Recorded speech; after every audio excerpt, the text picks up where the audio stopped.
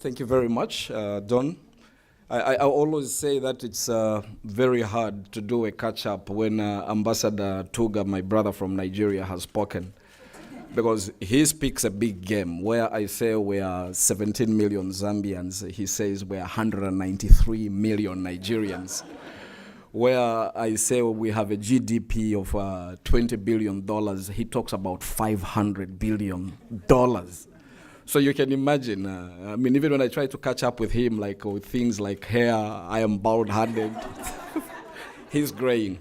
So I could go on forever, but it's I would like to take this opportunity to thank the Institute of Cultural Diplomacy for inviting us to this very, very important forum.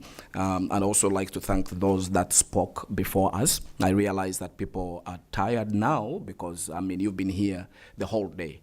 So I will not, hold you to ransom and death by PowerPoint. I'll try to keep the speech as short as possible. But before I do that, I would also like to recognize my colleagues, my fellow diplomats from the Embassy of Zambia that have joined us. They could have gone home and enjoyed a cup of tea, but they are here with us. And also like to let you know that we have a delegation from Zambia which is participating at the International Tourism Bosse, ITB, which is led by the chief executive of the Zambia Tourism Agency, Mr. Felix Chaila, who is here with us, and that's about it. So, in order to begin this discussion, I just wanted to say that there is a lot of things that I can say about Zambia, but we don't have the whole day or whole evening for it. So I want to compress it a little bit to the economy. I would like to contribute it to religion, and I would like to comment also on football or soccer. Surprise, surprise, even diplomats talk about sports. The reason I have chosen these three in order to culturally summarize Zambia is we are brought together or bound together by a lot of these three major things. One of the things you may want to know about Zambia is in Africa 2012, we became, for the first time, African soccer champions. That means we beat everybody there. We had been trying to become African champions for more than 50 years. In fact, 26 years ago was one of the saddest days in the history of Zambia. In April, 26 years ago, a Buffalo transport plane, military plane, carrying the entire national team of Zambia, crashed, and 30 people perished instantaneously. They were going to play a World Cup tournament in Gabon. It was a very touching moment. There was a heavy poll in the whole country, and this united everybody in the country. It's part of the reason that I thought we should talk about religion. It is the time when you saw nobody caring about whether they were Muslim or whether they were Christians. It is a time where nobody cared whether they were coming from the opposition party or from the ruling party. Everybody was united in grief and hope for a newer day, which eventually came 26 years later, coincidentally, in the same country where the 30 perished instantaneously in Gabon. So in February 2012, traffic came to a standstill in Zambia, as you can imagine. And there is lots of stories that go around of how people celebrated and how happy they were. But I think the bottom line is that everybody was very happy. So I thought, having been burdened with Brother Tuga's $500 billion GDP and 193 million people, I thought maybe we could start by me showing you a short clip of the controversial but nail-biting final, which was played between Zambia and Cote d'Ivoire. For those of you that know soccer, you may hear when you talk about Cote d'Ivoire, you will know people like Drogba. He's a bad mother. But he was quietened by Zambia in Gabon. So let's just see, where is my gentleman friend there to help me with that? Yes. Yes, the good thing is my brother is from Spain and he loves soccer too, so he's already before you see in this clip. The game went to a finishing point and death, whatever they call it. Hit it with power. Does he pick a corner? Sudden death, yes. And he's trying to. But at the end, Zambia lived again. It's Chick Tiote, Newcastle United. So the guys you see in this the guys you see in these copper jerseys are the guys from Ivory Coast, and the guys you will see in green are the Can he keep his nerve? He can. Good penalty, Tiote. And it is 1-0 to Ivory. The goalkeeper goes the wrong way. Certainly not in the corner. It's at a decent height. The goalkeeper dives the right way. See that penalty spot just starting to come up there. I'm sure that'll be in Didier Drogba's mind if he has to take one. That's what he pointed at before.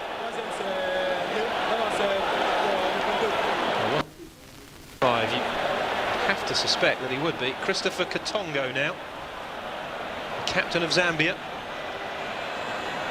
stepping up against Boubacar Barry. We've seen off Senegal and Ghana, the other two big favourites. Can they hold their nerve here against Ivory Coast? Katongo, oh, that was cool. And it's 1-1. Not sure what the placing of the towel was meant to signify by Barry. He's just walked up to it. It's Katongo. Make sure the goalkeeper goes one way and then just passes it in the other corner. Very cool, very calm. Here's one of the subs. Johnny Wilfred. Vitesse Arnhem in Holland. Can he keep his cool, Bonnie Wilfried? Anyhow, the bottom line is Zambia won the African Championship for the first time. I just wanted to wake you up a little bit. So we will go back to the Thank you to us. Yeah. It was a nail-biting game, but we prevailed. Not even Nigeria could catch us. So welcome to Zambia. I would like to start by saying that Zambia is located in southern Africa. In the past, some people used to say it's landlocked because we have no direct access to the sea, but it's actually not landlocked. We have changed that around. We've put a new spin to it, and Zambia is land-linked, because we are connected and surrounded by 8 countries, meaning we have a very competitive advantage in terms of doing business. Because we can trade with Namibia, with Angola, with Botswana, with Zimbabwe, Mozambique, Malawi, and they also have to pass through the country in order to take goods to another side. So it's a good thing. It's shaped like a shoe. We are in over 750,000 square kilometers, which is large, but we are still a small population of only about 17 million people, according to the last central statistic that was given out. We are looking at improving the population and making it bigger because we understand that there is strength in numbers. Like our minister from the Bahamas was saying, it's only today that I really felt that we're a bigger country because the gentleman from Bahamas, there are only 300,000 people. Yeah. The other thing you need to, yes, I think we've already touched on the population. I think one of the most interesting things that you need to know about our population is 50% of it is youthful, which means these are people 30 years and below. And this is the future market. This is the future generation that shall provide employment. This is a future generation that shall buy goods and services. So we are pretty much in a much better place than several other countries as far as the future is concerned. The economic activities of Zambia are basically surrounded around copper mining. Copper mining has been the DNA of Zambia. We have been exporting copper since pre-independence 55 years ago. But recently there has been a major push by the current president, Mr. Edgar Lungu, a lawyer by profession, who has suddenly realized what others realized before, but has decided to take steps. And what we're trying to do is to diversify as much as possible. As I speak to you today, about 1 million hectares of land has been separated or sequestered or gerrymandered in order to ensure that agricultural activities can be bolstered. In addition, there has been a couple of subsidies that are being given to the farmers in order to ensure that agriculture, which is more sustainable, more long-term, and more reliable, is improving. In fact, we are looking at soon setting up a tractor factory that should push down drastically the prices of agriculture equipment. And we believe that inherently that should also go towards increasing agriculture production. It's a major, major push right now because we realize, like everybody else, that minerals sometimes can be a wasting asset, and in the past they've actually been defined as a curse. We're also looking at ways of ensuring that we add value to the copper, which is responsible for more than 70% of our foreign currency receipts, but has lately mostly been taken out as a raw material. And I think we're trying to emulate people like Nigeria, whose Dangote is now investing billions of dollars into refining crude oil instead of exporting that which is raw in order to create jobs and reduce poverty. We are also looking at tourism, but I will not touch on that as part of the diversification because we have our own tourism guru here, Mr. Felix Chaila, who is going to tell us what they are doing in order to add value and to ensure that more people come to Zambia. Regionally, we are very competitively set, of course, because of our central location. So we are the headquarters, or rather the headquarters of the Common Market for Southern and Eastern Africa, which is a regional group, more like you would have your own European Union, is in Lusaka, Zambia. That creates jobs, and it also ensures that it shows that this country is attractive on the continent. We also have the Southern African Development Cooperation, which Zambia belongs to, and our president, Mr. Edgar Lungu, is currently the chair for the what is called the Troika, which is the Defense and Security wing of SADC, more like your EU. I think this goes to speak of how the country is attractive in terms of peace and stability. Always say that we are the last bastion of peace and democracy in the region. We have never been to war. We have never been engaged in conflict in the 55 years that Zambia has been independent. We have held democratic elections 6 times to the day. We have had 2 presidents perish in office, and elections have been held like clockwork according to the law without any disruption. In fact, there is a funny story told about our current president who gave up the position of acting president because there were squabbles in the party. The field was crowded. He was acting president when the president died, and another party came and yanked power away from him. Typically, what would have happened is you would have heard that there would have been armed conflict because he had his own center of power and the others had another center of power. But what he did is he said, I don't want to be the one to be remembered as the one that brought conflict and bloodshed to Zambia. He dumped the presidency and went to the elections and won. Now he has a clean mandate after having gone to the elections, but had given up power when typically the stereotype belief of African leadership or democracy was to fight and wrestle to hold it at any cost. The other issue you would like to know about is, unlike several other African countries, we have something unique.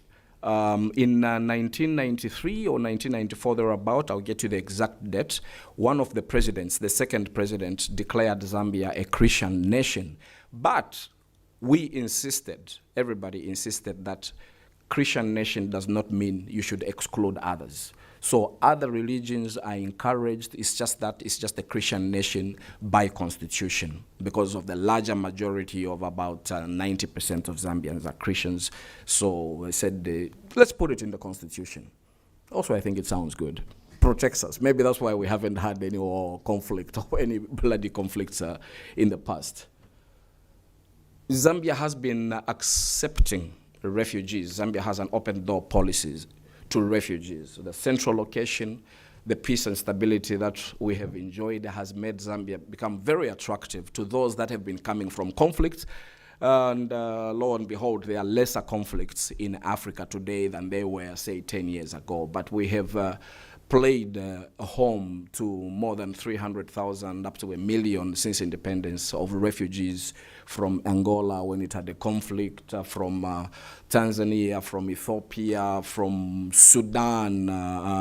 Just recently, I think last year, we had an influx of about 10,000 refugees that entered Zambia instantaneously. And they are welcomed because we've got a big country, and they are able to, live side by side with everybody else. Some of them have actually become citizens of Zambia along the way. One of the interesting things that we pride ourselves is we've actually created presidents. Some of the presidents of South Africa were refugees or exiles in Zambia, or their parents were Zambian.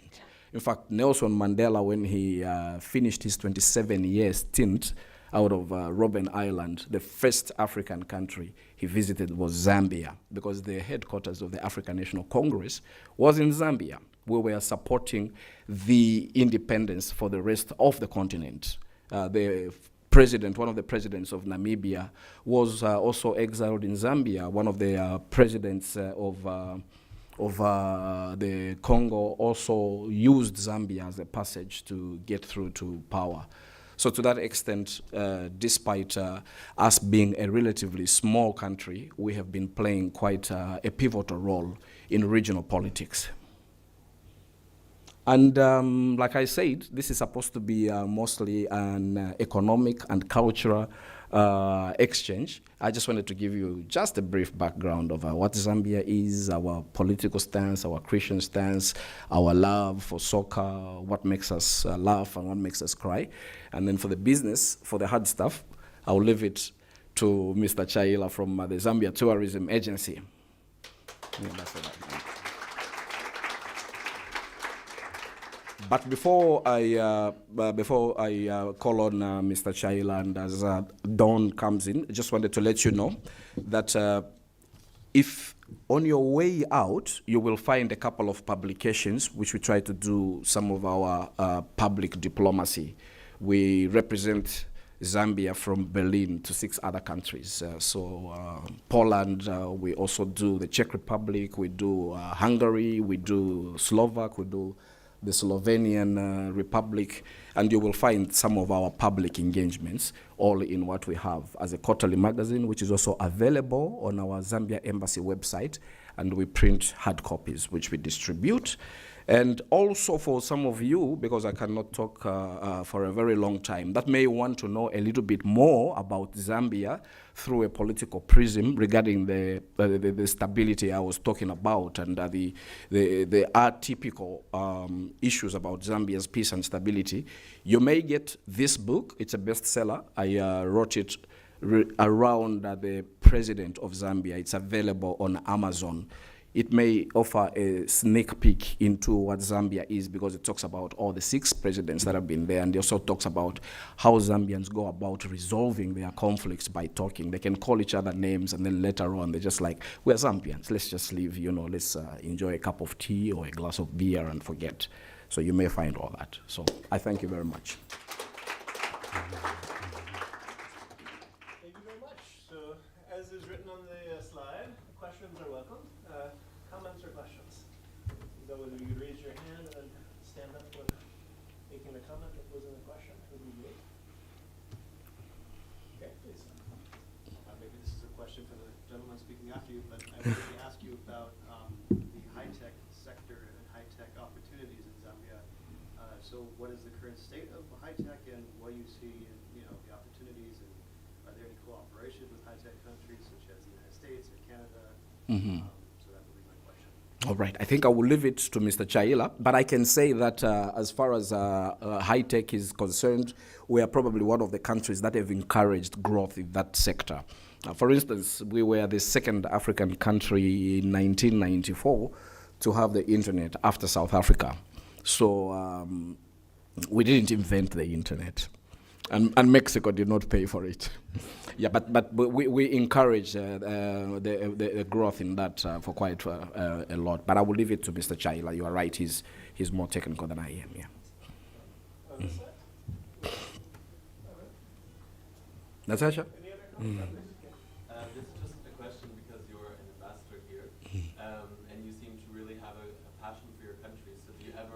miss it, or how often do you go back to it? Or what things you miss most about being whenever you're living in Germany? I miss the food, and I miss the sunshine. I have to drink vitamin tablets here to stay alive. Because our skins by nature feed on the sunshine for, I've forgotten, I think melanine. But above all, I mean, I love to represent, to do the best, to speak the best word we can about our country. And we have to ask for permission. Can you imagine having to ask for permission for you to go back to your country?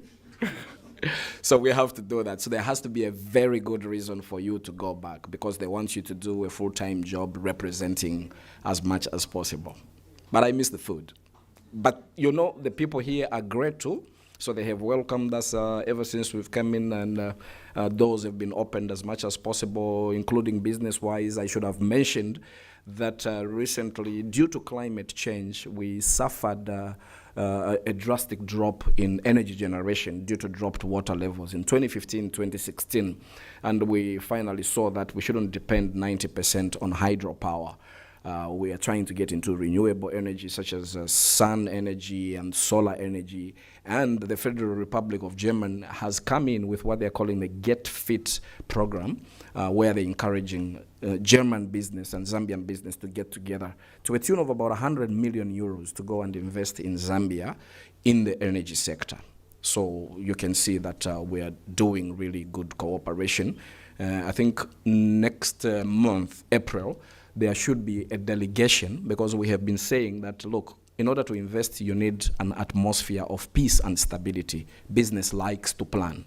And in Zambia, that's what you have as a biggest commodity, peace and stability. So there will be a group of about 23 farmers from the Africa German Business Association who are going to meet with business people that side to see whether they can invest in the agriculture sector as part of our push towards diversification. Yeah. So on that note, let's please express our sincere gratitude to the ambassador.